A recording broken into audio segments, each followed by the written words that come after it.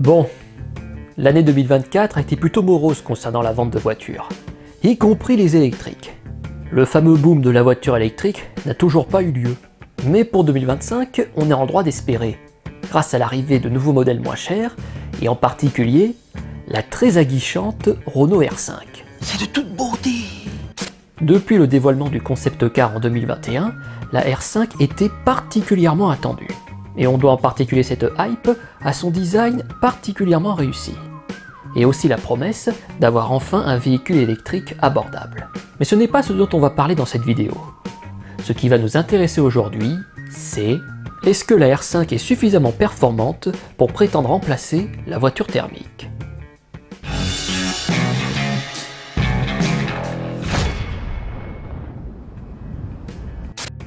Un truc qui fait flipper les gens avec l'électrique, c'est de se dire qu'ils ne peuvent pas aller très loin à cause de l'autonomie limitée. J'ai déjà pas mal analysé ce point dans une autre vidéo.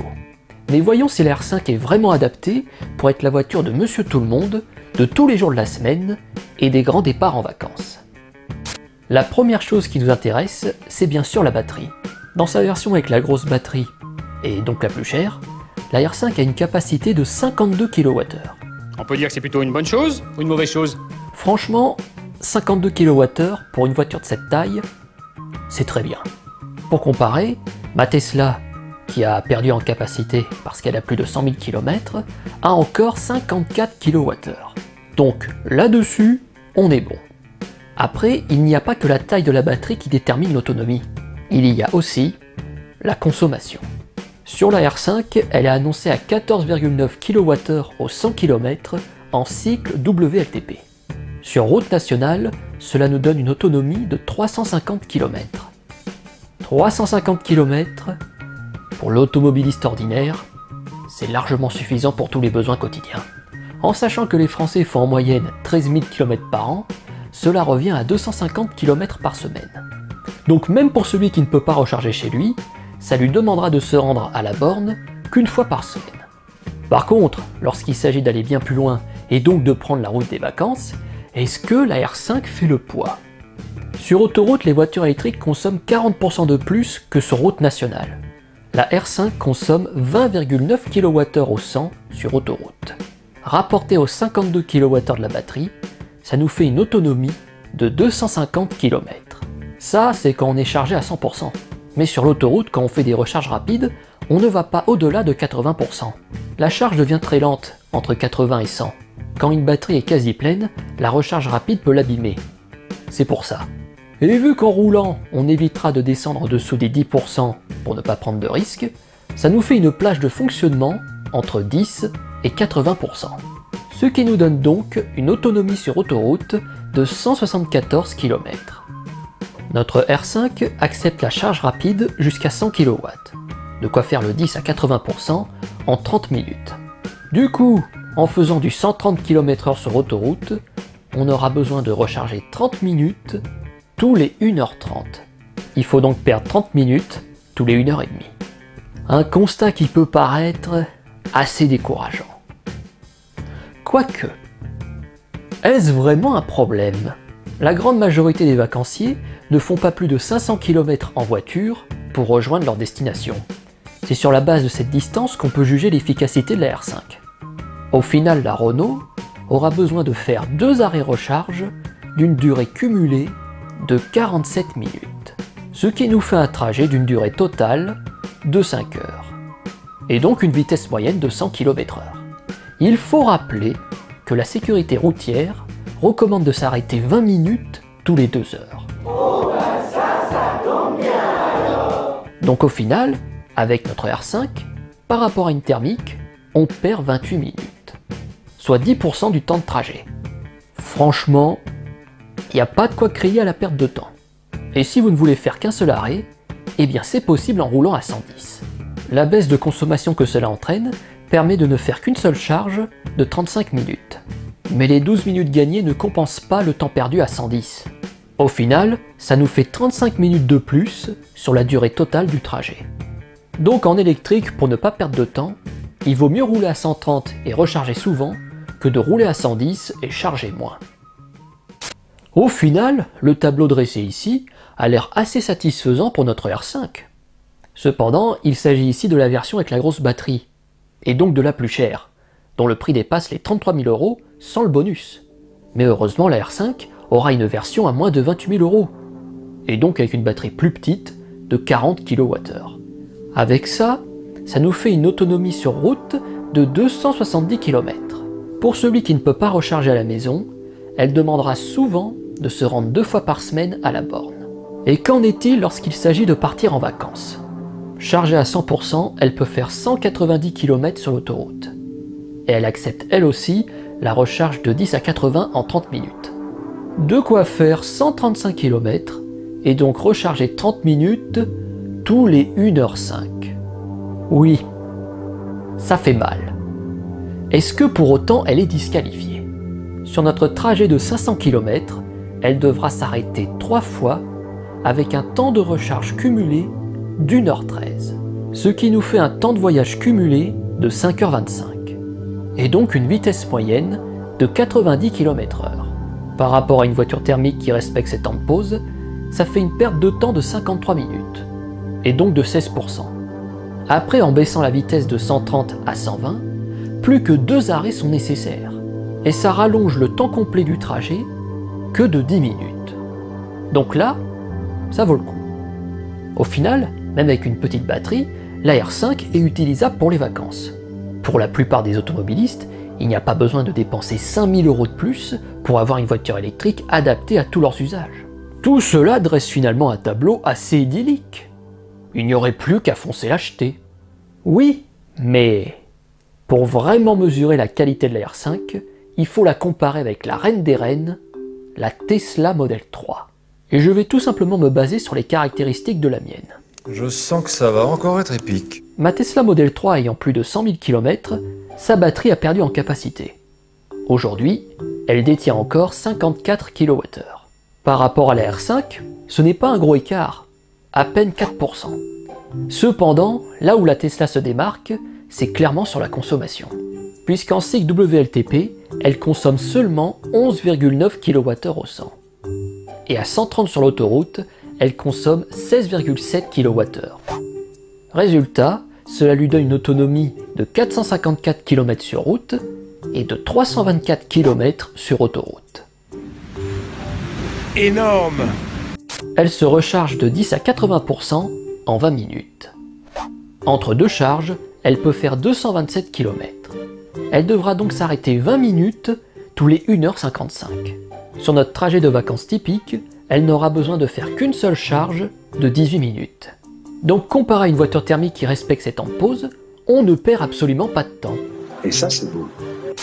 Alors oui, la comparaison est assez cruelle pour la R5. Mais en vérité, cela cache un vrai problème. Je précise que la Tesla est une voiture bien plus grosse et lourde. Elle fait 1750 kg, soit 20% de plus que les 1450 kg de la R5.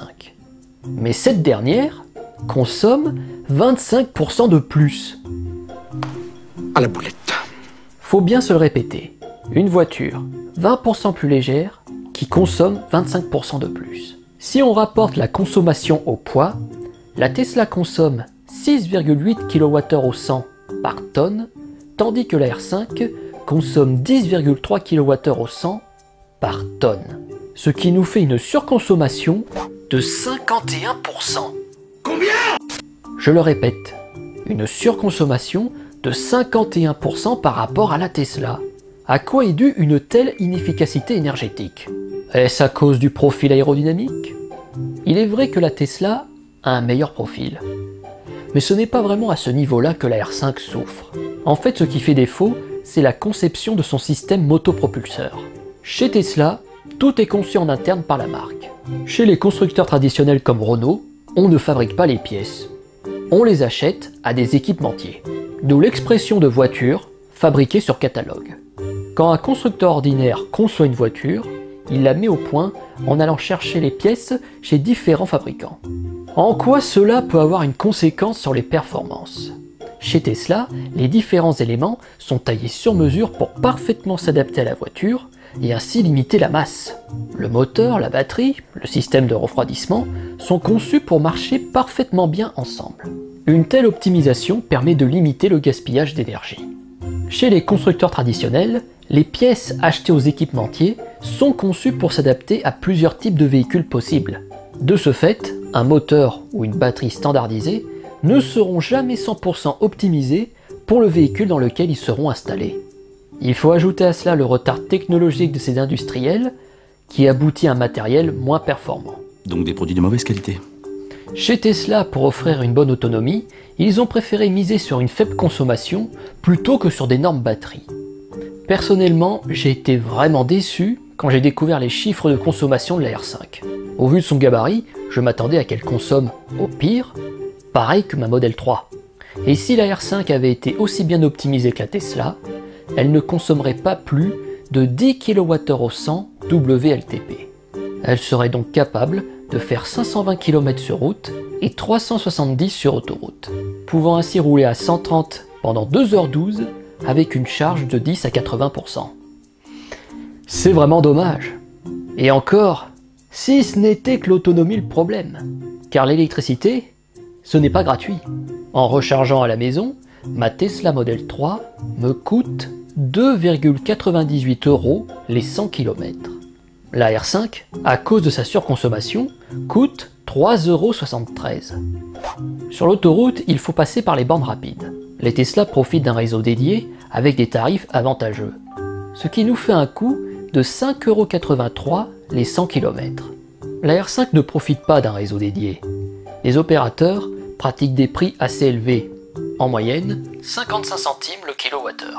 Avec ça plus la surconso, rouler 100 km sur l'autoroute avec la R5 coûte 11,47 €. Cela revient au même prix que de rouler avec une Clio essence.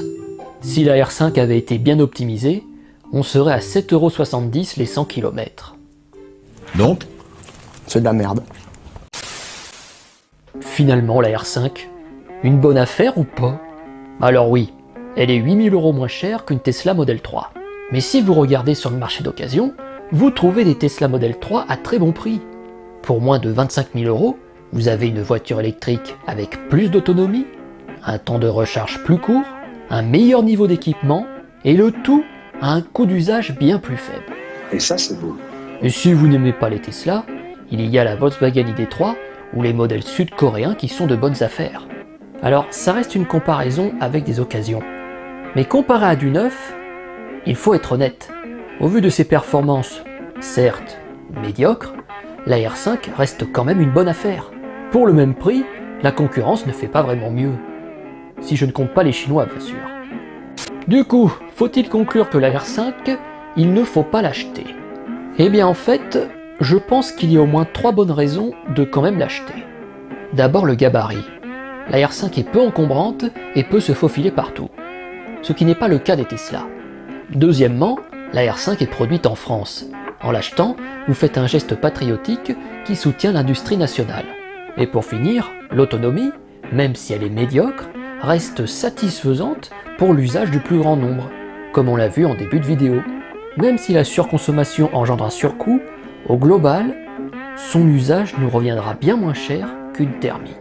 En tout cas suffisamment pour compenser le surcoût à l'achat.